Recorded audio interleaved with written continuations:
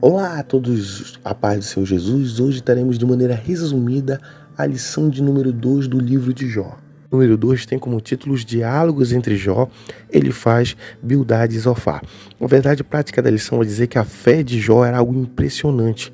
Mesmo acusado pelos amigos de pecado oculto, a sua confiança no Senhor continuou inabalável. A introdução vai dizer que após uma semana inteira de silêncio, é isso mesmo, 7 dias e 7 noites, Jó ficou em silêncio. Mas agora ele interrompe no capítulo 3, para começar ali a externar tudo o que estava dentro de si. E ele faz Bildade e Zofar sentiram-se compelidos pelo pessimismo de Jó e começaram também a falar e explicar o porquê dos seus sofrimentos. Para eles entendiam que o sofrimento do justo, se na realidade ele é justo, é sempre castigo pelo pecado. Ou seja, eles não acreditavam que aquilo ali era uma provação, porque a gente estudou na lição anterior, no capítulo 1, que Satanás ele sobe por 2 vezes para pedir permissão para tocar nos bens, na família de Jó e pela segunda vez na saúde de Jó. Vamos ao tópico de número 1, que fala sobre a reação inicial de Jó. Jó aqui começa a externar tudo que estava dentro da sua alma. Ele vai dizer que ele preferia nem ter nascido, ele queria eliminar o dia do seu nascimento ali do calendário, porque ele caiu em um pessimismo muito grande. Quem também não agiria assim? Depois de tudo que aconteceu, tudo que relatamos na lição de número 1, Jó, ele se sente aqui que se ele não tivesse nascido, ele não teria passado por tudo aquilo, porque ele entende que a vida é muito breve para que possa se passar por muito tempo por esse sofrimento. Ele deseja a morte. Em termos humanos, tudo que Jó tinha era sua esposa e seus 3 amigos. A lamentação de Jó nesses versículos gira em torno do porquê da continuação da sua vida a partir do nascimento, Ele entende que já que nasci e agora sou consumido, o que ainda tenho para oferecer nesse mundo? Então Jó, ele queria, que a sua vida já tivesse um fim, porque todo aquele sofrimento estava consumindo Jó. E ele estava participando daquele enigma do sofrimento. Ele estava tentando desvendar o porquê de ter sido atingido por tantas situações. Havia em Jó uma mistura de sentimentos e emoções em frangalhos, raciocínio já turbado pelo sofrimento, pelas adversidades, e que ele não conseguia entender. A sua mente estava perturbada, E quando a gente está perturbado, se a gente não extravasar de alguma maneira em oração, sairmos para fazer algo, a gente acaba com esse sofrimento falando uma porção de coisas que nós nos arrependeremos depois. Jó, ele não amaldiçoou a Deus, mas Jó, ele ficou consumido por toda a dor, pela mente perturbada, e começou a falar algumas coisas, que lá na frente Deus vai dizer, vai chamar a atenção dele. Mas Jó aqui continua com sua fé inabalável. Até porque no capítulo 19, versículo 26, vai dizer que a esperança da vida futura brilha na consciência de Jó. Ele vai dizer que porque eu sei que o meu Redentor vive e por fim se levantará sobre a terra. Então, após o discurso inicial de Jó, toda aquela lamentação, os amigos de Jó se sentem na obrigação de replicar tudo aquilo que ele havia falado. Então ele faz Bildade e Zofar se posicionam, iniciando primeiramente por Elifaz, entendendo-se que ele, por falar primeiro, era o mais idoso dos 3 amigos e também o mais respeitável.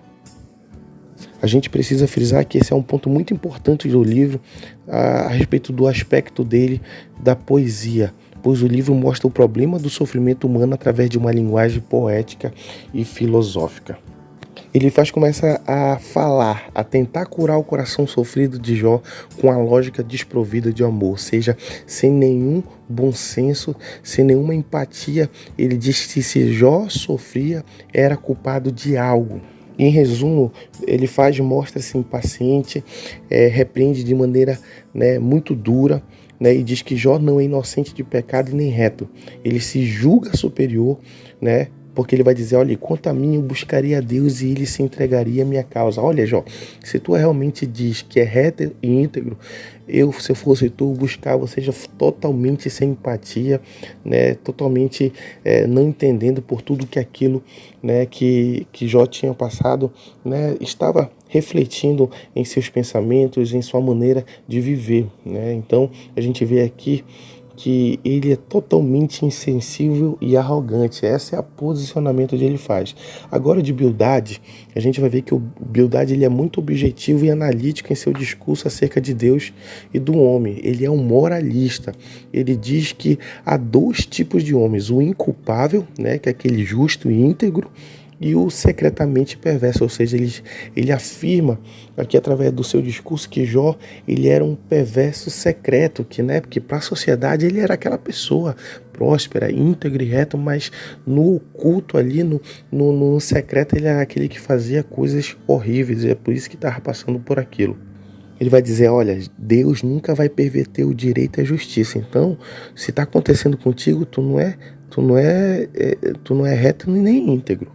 E ele vai um pouco mais além, vai dizer, olha, os filhos de Jó, eles foram castigados pelo pecado do seu pai, por isso morreram, né? O Bildade aqui, ele vai comparar Jó aos ímpios, ou seja, ele sendo um tradicionalista, está satisfeito com as velhas ideias e deixou de dar valor aos pensamentos de Jó, porque não concordava com os seus. Tentando defender a Deus e a sua justiça, Bildade, ele esquece das necessidades de seus amigos, ou seja, de chorar com os que choram, de estar ali para ser um ombro amigo, de estar ali para confortar, ser um canal de bênção, ser um canal de refrigério para a vida de Jó, né? Deixou de fazer isso para tentar defender Deus, né? E de alguma forma ali, né, ser como um juiz, né? Castigando, tentando, né, dizer que Jó era um pecador perverso. Agora vamos ao terceiro amigo. Zofar é o mais severo dos três amigos de Jó. Ele está dizendo, olha, se você está sofrendo é porque Deus sabe que você é um pecador secreto, por isso se arrependa. Ele vai dizer que um pecador secreto foi descoberto e pego por Deus, então é você, Jó. Você que está em secreto. Talvez a gente não consiga entender que tudo isso que está acontecendo é consequência dos seus pecados, porque você é um cara que faz as escondidas, né? Que Deus havia castigado Jó menos do que este merecia, e sugere que Jó se arrependa de seus pecados. Olha como o Zofar ele é o mais severo realmente dos três, né? E como a gente vai ver que a posição inicial dos seus amigos lá na lição de número 1 foi interessante. Eles vieram de longe, né, ali ao ver Jó, né, e se entristeceram, mas depois que Jó começa a abrir a boca, né, buscando ali externar, entender por que aquilo estava acontecendo com eles, eles tomaram uma posição de dizer, não, peraí, Jó, alguma coisa está acontecendo, não pode acontecer isso na vida de um justo se não for fruto de um pecado. Você é um pecador secreto, você é um pecador perverso e você é culpado de algo. Então vamos ao tópico 3, que vai falar sobre as respostas de Jó. Jó entendia que Deus havia ferido. Ele se via como um alvo contra o qual o Todo-Poderoso lançou flechas venenosas e elas tinham se cravado no seu corpo.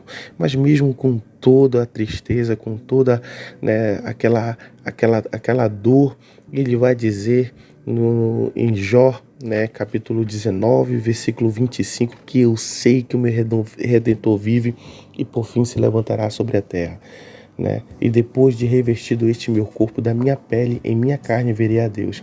Ele demonstra uma confiança absoluta no Senhor e uma certeza impressionante concernente à vinda do Messias e à consumação da salvação de Cristo nele no devido tempo.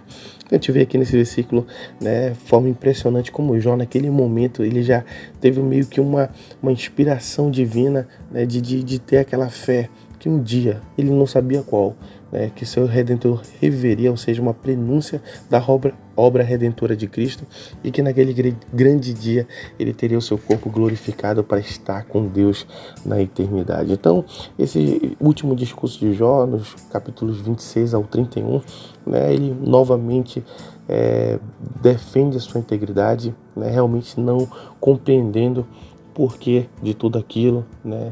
E não sabia realmente que estava sendo testado, estava sendo provado e que só lá no final, né, Deus se revelaria e traria a compreensão a Jó. A aplicação pessoal dessa lição vai dizer: se estivéssemos no lugar de Jó, como agiríamos?